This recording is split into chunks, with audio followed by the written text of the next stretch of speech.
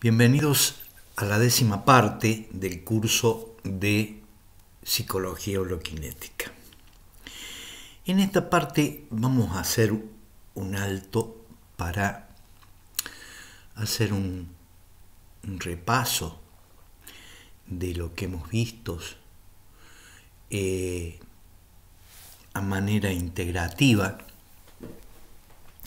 para después seguir adelante profundizando esta enseñanza que nos trae Rubén Feldman González. El doctor Rubén Feldman González, que en su obra nos invita a descubrir una nueva forma de percibir, que trae una nueva manera de vivir, un nuevo significado a nuestras vidas, donde lo central o el fundamento de la psicología holokinética es la percepción unitaria, una función cerebral como dormir, respirar, hacer la digestión, una función cerebral que está inactiva y que es necesario activar. Y vamos a ir viendo por qué es tan importante activar esta función cerebral.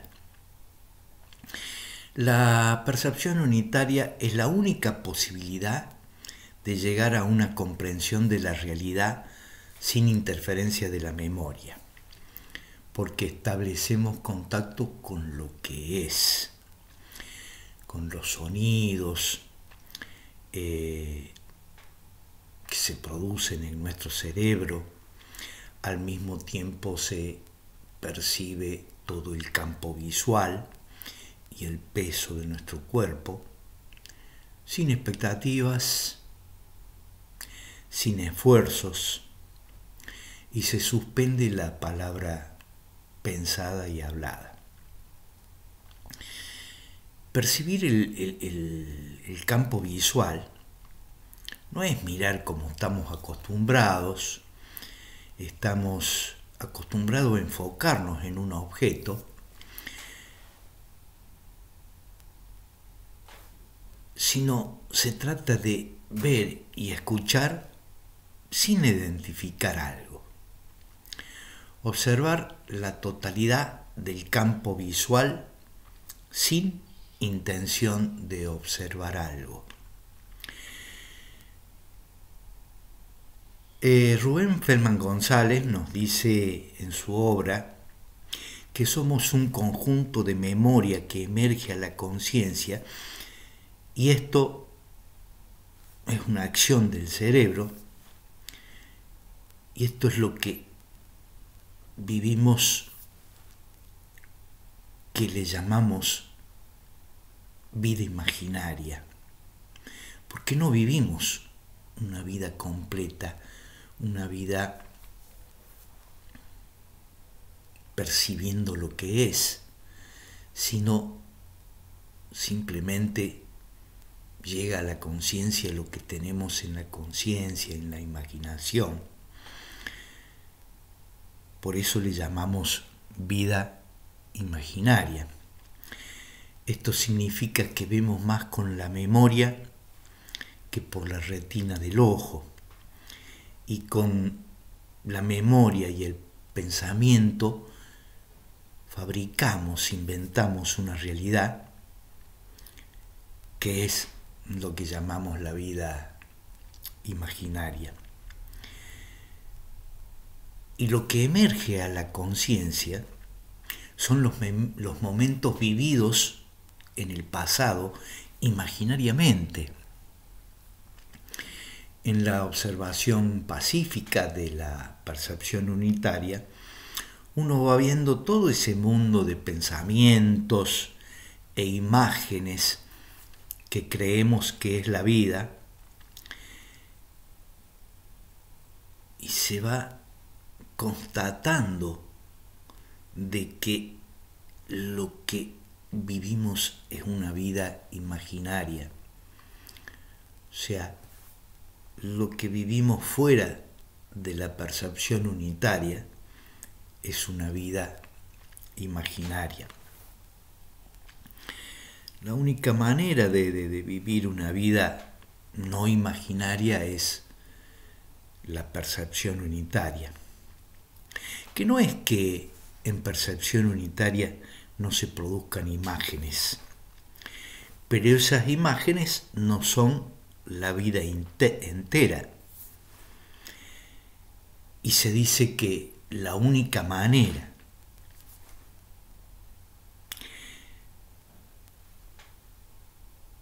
de vivir esa vida percibiendo lo que es la percepción unitaria. ¿Y por qué es la única manera? Porque es una función cerebral. La estructura del sistema nervioso hace que exista un solo camino. En percepción unitaria, se hace claro que vivimos encerrados en un ámbito reducido, que es lo único que conocemos. Pero no podemos hablar sin haberlo constatado, intentando la percepción unitaria persistentemente. En ese intento aparecen interrupciones del yo, ocurren distracciones, olvido. Otras veces uno se sorprende pensando que escucha en lugar de escuchar. Observar no es pensar en la observación. O aparecen pensamientos con cargas emocionales que facilitan la distracción. Se trata simplemente de incluir las interrupciones en el acto de la percepción.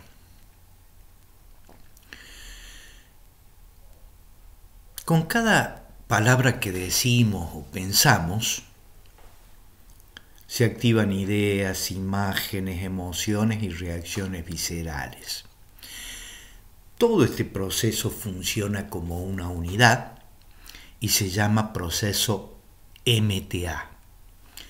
Nuestra forma de percibir, separamos los miedos, las rabias, las tristezas, las culpas, las vergüenzas del pensamiento y la imaginación.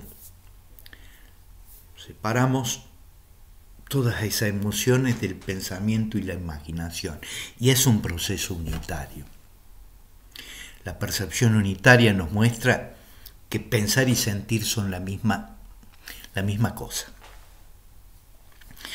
El proceso MTA es el producto de todos los condicionamientos. Esos condicionamientos son hipnosis. O sea, esa hipnosis que recibimos desde el nacimiento, en la familia, en la escuela, en la iglesia, en la calle, en la televisión. Todo eso configura los condicionamientos. O sea, vivimos en un mar de influencias. El problema es que nos relacionamos más con esas imágenes que nos dio la hipnosis que con la realidad.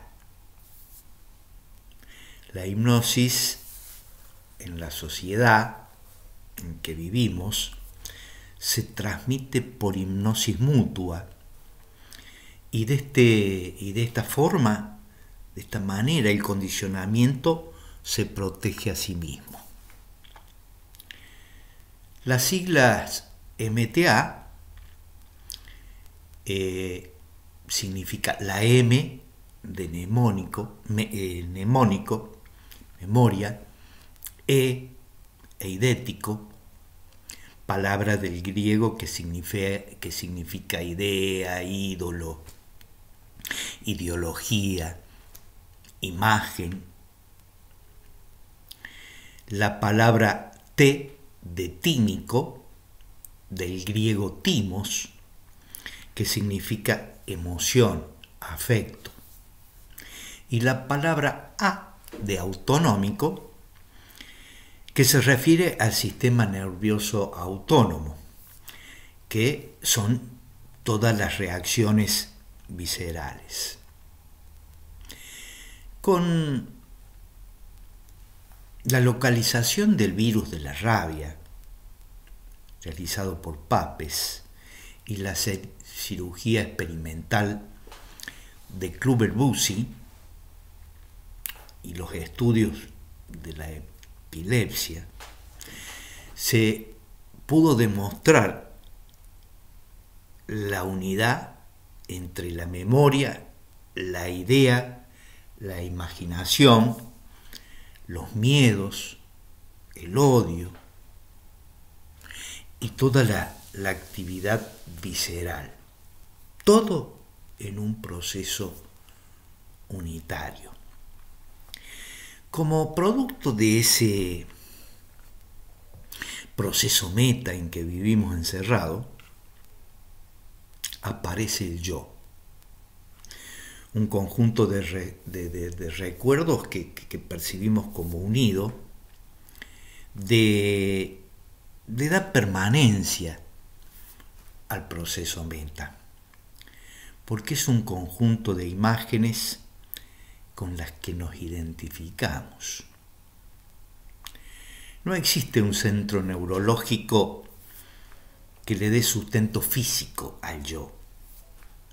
Solo existe en el pensamiento, es un producto del pensamiento, o sea, es un producto en el tiempo del pensamiento como memoria. Es decir, que el yo tiene una existencia meramente ilusoria. Entre estas imágenes que constituyen el yo, como algo central, está el suicida y el homicida. O sea, ese es el núcleo del yo, que en situaciones límites aparece ese suicida y ese homicida. La sobrevaloración del pensamiento en nuestra cultura y la incoherencia de nuestro lenguaje nos refuerzan la creencia de la existencia de un yo. Si el yo es un producto del pensamiento, significa que el yo no piensa. No hay un yo que piense. Es decir, hay pensamiento, pero no pensador. Lo único que podemos hacer es darnos cuenta de que los pensamientos van surgiendo. Pero la creencia de que hay un yo que piensa, que es el yo que piensa, es muy marcada. Rubén Feldman González nos hace ver que si existiera un yo que piensa, podríamos dejar de pensar cuando quisiéramos.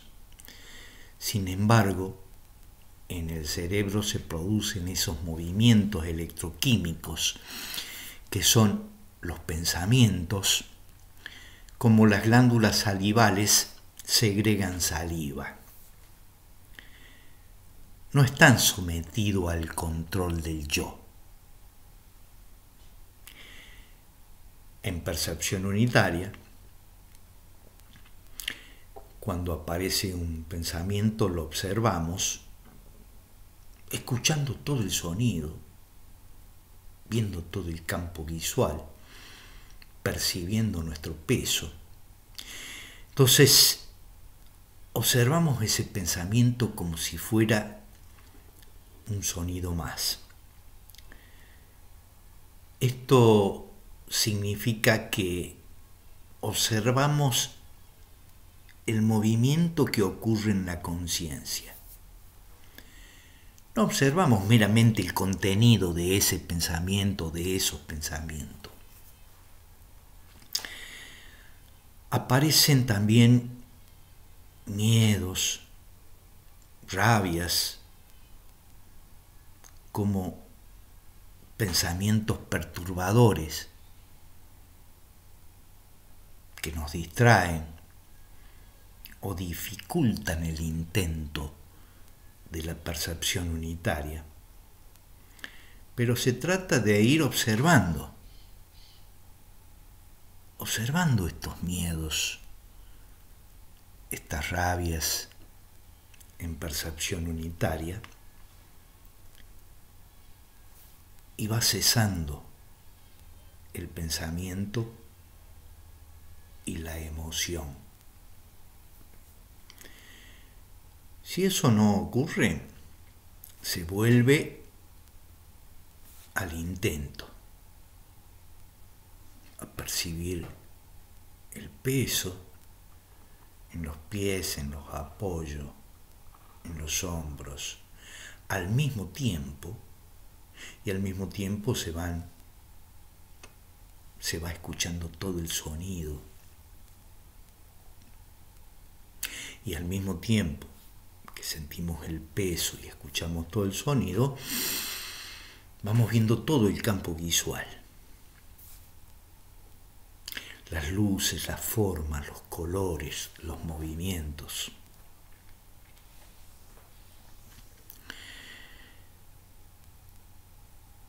La caminata diaria favorece también la observación en silencio, que es la percepción unitaria.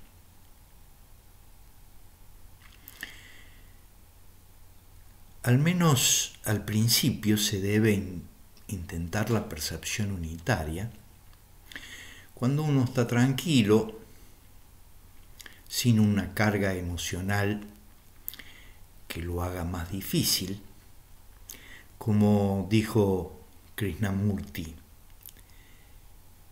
empiece con una flor. Tenemos que decir que todas las actividades cotidianas se pueden realizar en percepción unitaria. Por ejemplo, uno se despierta a la mañana,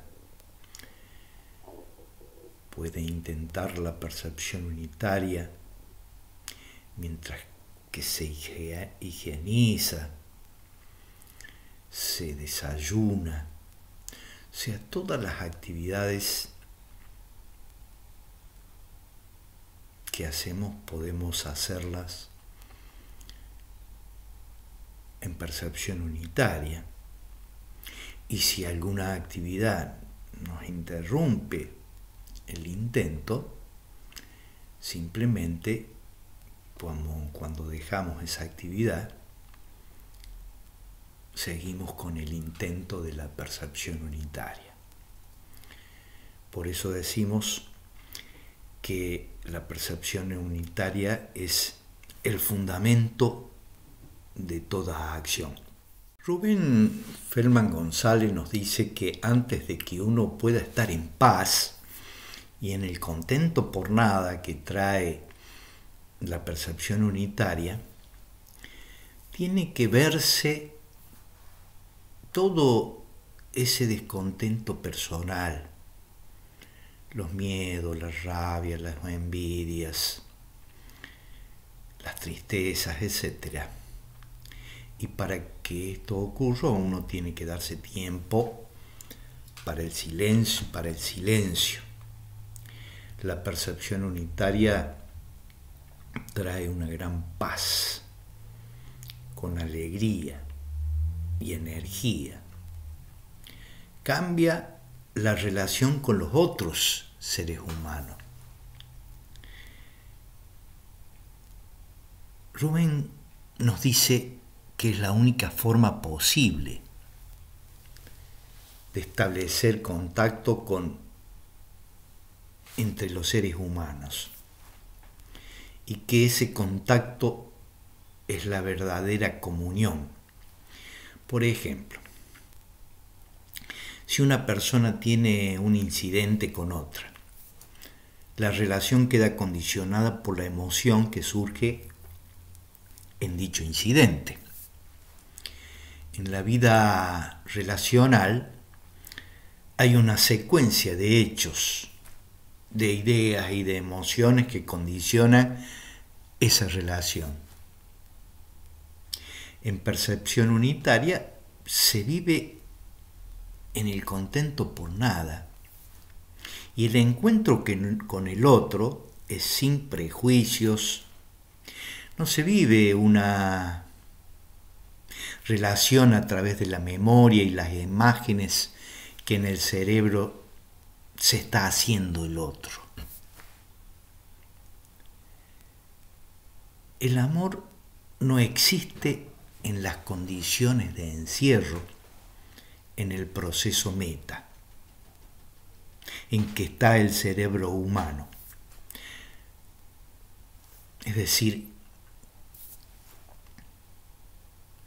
cuando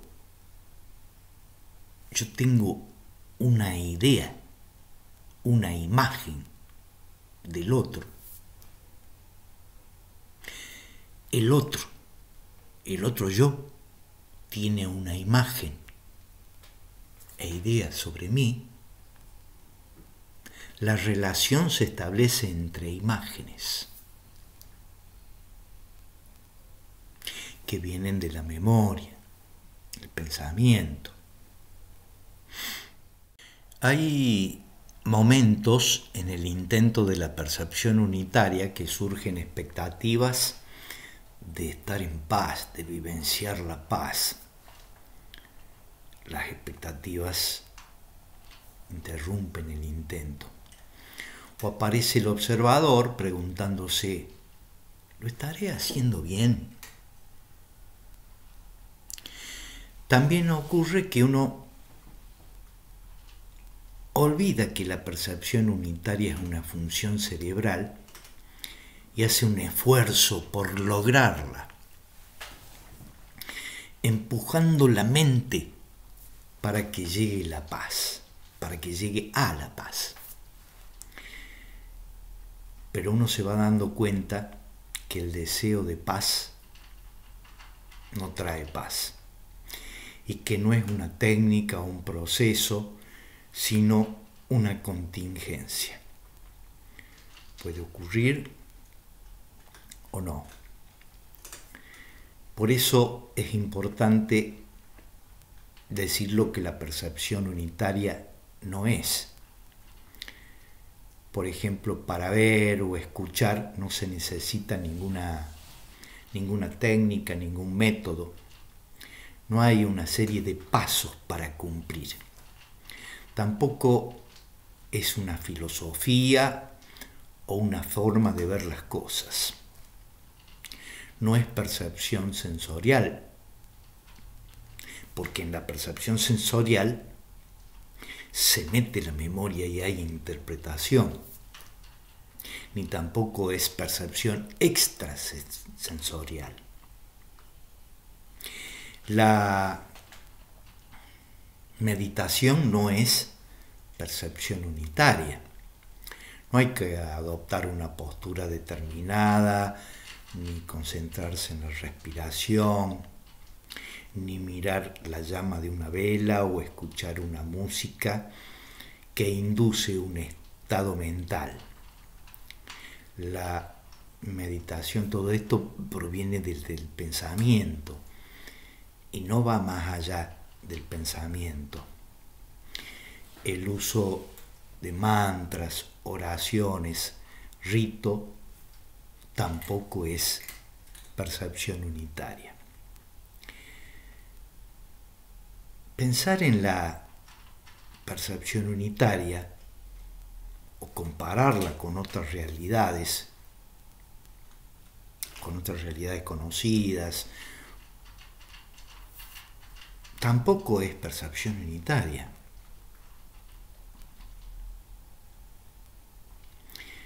También tenemos que decir que es muy marcada la tendencia de regresar una y otra vez al pensamiento y a lo conocido.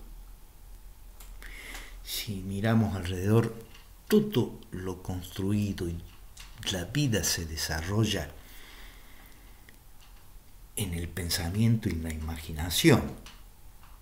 Por eso es muy fácil y decimos que es marcada la tendencia a volver una y otra vez al pensamiento y a lo conocido.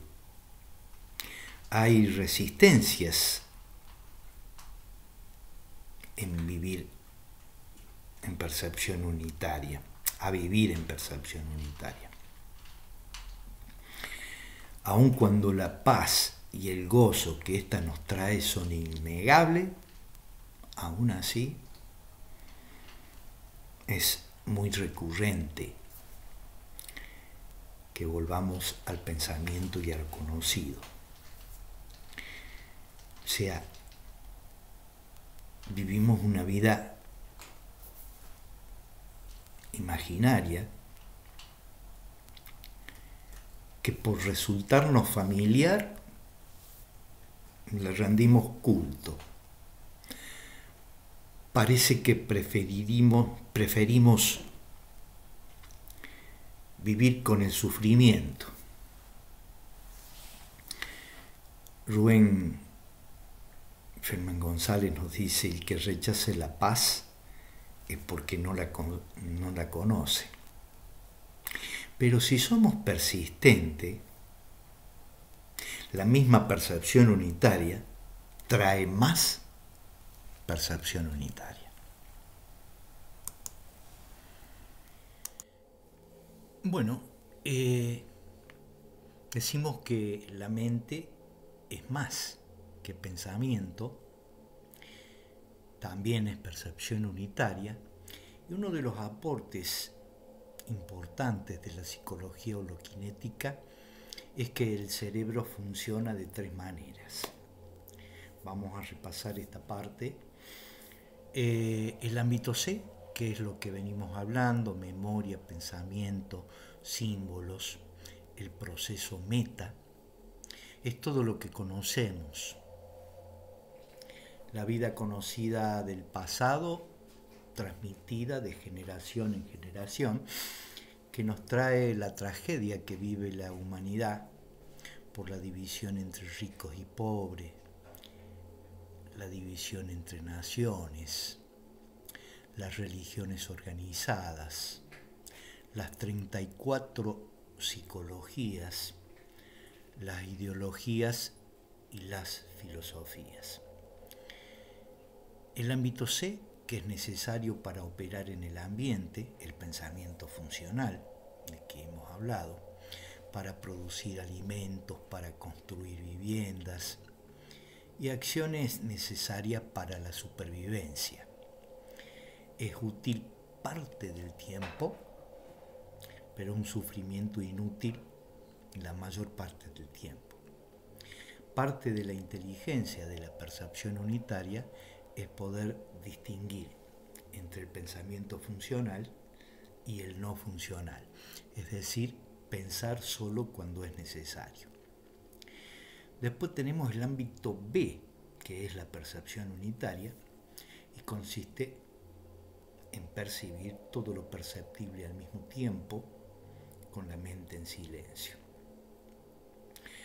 Una transformación mental basada en cambiar la forma en que observamos. El ámbito B, habíamos dicho, abarca al ámbito C. Es decir, que no anula el pensamiento, sino que se trata de pensar solo cuando es necesario, como dijimos. Lo lamentable es que el ámbito B esté excluido de la cultura y de la educación. La percepción unitaria, el ámbito B, vista desde la neurología, podemos también definirla como la integración del funcionamiento del cerebro posterior con el cerebro anterior. Esto significa que cuando el cerebro anterior se da cuenta de lo que ocurre en el cerebro posterior, que es el que recibe toda la energía que llega al cerebro, luz, sonido, gravitación, etc., y funciona de manera integrada, toda la corteza libera gran cantidad de energía. Esto regenera el organismo y se vive con paz. Después tenemos el ámbito A, que abarca a C y que abarca a B. Y es contingencia de vivir en el ámbito B. No tiene un acceso voluntario. Es el ámbito que decimos de lo sagrado, la conciencia cósmica o mente universal, que se vive como paz y como gran energía. Es un hecho esencial del ámbito A darse cuenta de que todos los seres humanos somos uno, no como una idea o como una creencia, sino como un hecho real. El ámbito A no se llega voluntariamente ni por acción deliberada. Puede ocurrir si se vive en percepción unitaria, porque es contingencia de B. Vamos a recordar ahora que el ámbito C tiene sus leyes, que rigen la forma de funcionar del ámbito C, y conocerla nos hace ver la importancia de ir más allá de dicho ámbito. Una de las leyes era el ciclismo. Se refiere a la repetición cíclica, por ejemplo, el hambre, el sueño, el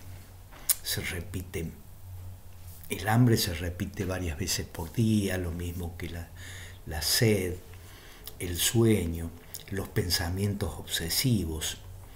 Cuando una persona tiene un problema que le ocasiona trastorno, piensa durante toda la vigilia en ese problema. Otra ley era la dualidad, que implica comparación y está marcada por la oposición de dos polos, bueno, malo, éxito, fracaso, positivo, negativo, etc. También en la búsqueda de un objetivo dijimos que había una dualidad, soy esto y quiero ser aquello. La idea de causalidad y efecto, causa y efecto también, ¿sí? Están separadas en el tiempo. La dualidad, habíamos hablado, trae fragmentación, como por ejemplo las nacionalidades, ideologías. Esta dualidad crea enemigos. Por estas razones que esta forma de percibir se llama percepción fragmentaria. Es la esencia de lo que llamamos conciencia lineal del proceso meta, que ya hemos hablado y hemos estado haciendo referencia. El egocentrismo, el énfasis puesto en el yo, como vimos, el pensamiento, el yo es una creación del pensamiento. El egocentrismo es la búsqueda de provecho, de placer, de prestigio, de poder. Creemos que en esa búsqueda consiste la vida, que es lo que llamamos vida imaginaria. Otra ley es la hipnosis. El pensamiento es hipnosis porque es condicionamiento de la conducta que llevamos y del aprendizaje. El ser humano vive en un ambiente donde recibe muchas sugestiones que luego olvida y racionaliza creyendo que es católico, colombiano, argentino, feminista, todo por elección propia, porque olvida la sugestión hipnótica que lo trajo a esa forma de ser. Es la hipnosis que nos lleva a tomar decisiones, no es un yo. La naturaleza hipnótica del pensamiento se ve con claridad en la experiencia de Bergheim, que hemos hablado. Si el pensamiento es hipnosis, como confirma la experiencia de Bergheim, se desmorona la noción de libre albedrío, al que está basada la legislación punitiva actual. Encuentra sustento en una cosmovisión mística, como hemos visto, que cree en un yo espiritual, en un yo superior que encarna en el cuerpo, y de él depende la conciencia y el comportamiento. Solo cuando se vive en el ámbito A existe el libre albedrío. Otra ley del ámbito C es la incoherencia. Es cuando pensamos de una forma y actuamos de otra. Por ejemplo, una persona puede ser activista de la virtud, ir todos los días a la iglesia con la creencia de santificarse y vender armas o traficar drogas o explotar a sus empleados. También vimos como ley del ámbito C la inconsciencia. Freud nos señala, nos dice que el 99% de los pensamientos y la memoria son inconscientes. Hay deseos, impulsos, pensamientos o hechos que son inaceptables y que pueden provocar gran ansiedad si se hacen conscientes. Por eso existen mecanismos de defensa que previenen el acceso a la conciencia de estos contenidos de la memoria. Por ejemplo, uno de los más antiguos, uno de los mecanismos de defensa más antiguos es la negación. No querer ver lo que ya se sabe. Habíamos dicho, cuando hablamos de esto, que la sociedad actual, el ser humano niega la esclavitud laboral, también niega la desigualdad económica. Operan mecanismos de acomodación también, cuando ese contenido que provoca ansiedad accede a la conciencia, opera un mecanismo de acomodación, como por ejemplo culpar a los pobres de su condición de pobres. Por otro lado, se puede ser un activista de la igualdad social y a esa persona la mueve un sentimiento racista como motivación inconsciente. Otra ley es la temporalidad. Estamos entre el pasado y el futuro. Nuestra vida está basada básicamente en el tiempo. Necesitamos estar todo el tiempo con la mente ocupada o ocupados trabajando o haciendo planes o con actividades distractorias o con alcohol o con drogas para escapar del aburrimiento, de ansiedades o preocupaciones. Incluso es frecuente ver a los niños muy pequeños con un celular, cooptados por un videojuego. Es decir, que desde muy temprano ya existe un condicionamiento a tener la mente ocupada.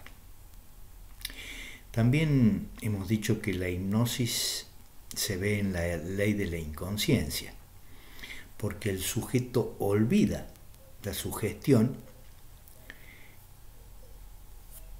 y esto produce fragmentación, que es la ley de oposición y dualidad. Es decir, que en cada pensamiento se ve reflejada todas las leyes. En percepción unitaria, el ámbito P, no se cumplen las leyes del ámbito C. Provocar gran ansiedad si se hacen conscientes. Por eso existen mecanismos de defensa que previenen el acceso a la conciencia de estos contenidos de la memoria. Por ejemplo, uno de los más antiguos, de los mecanismos de defensa más antiguos, es la negación. No querer ver lo que ya se sabe. Habíamos dicho, cuando hablamos de esto, que la sociedad actual, el ser humano niega la esclavitud laboral, también niega la desigualdad económica. Operan mecanismos de acomodación también, cuando ese contenido que provoca ansiedad accede a la conciencia, opera un mecanismo de acomodación, como por ejemplo culpar a los pobres de su condición de pobres. Por otro lado, se puede ser un activista de la igualdad social y a esa persona la mueve un sentimiento racista como motivación inconsciente. Otra ley es la temporalidad. Estamos entre el pasado y el futuro. Nuestra vida está basada básicamente en el tiempo.